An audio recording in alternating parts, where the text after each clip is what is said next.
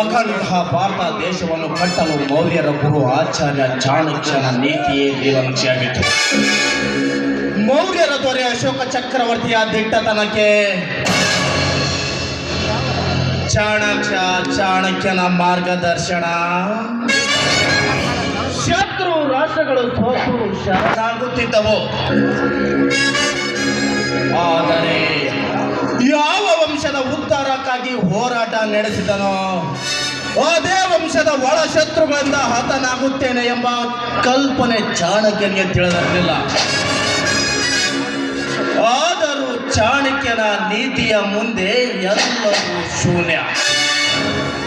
ಅಂತ ಚಾಣಕ್ಯನ ನೀತಿಯನ್ನು ನೀರಿನಂತೆ ಕುಡಿದು ಕಲಿಯುಗದ ಚಾಣಕ್ಯನ ವೇಷ ಧರಿಸಿ ಧರೆಗಿಳಿದು ಬಂದಿರುವ ಈ ಭರತನಿಂದಲೇ